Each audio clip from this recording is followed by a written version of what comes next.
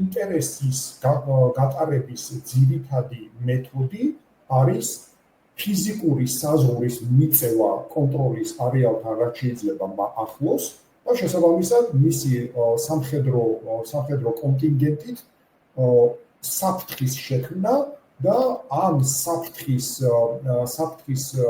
გამოყენების, ასე ვთქვათ, ჯოხის ხელში ჭერის მეშვეობით გარკვეული ზემოქმედების განხორციელება, იგივე ტვირთების კონტროლის, გადანაწილების და ასე შემდეგ მიმართულებით.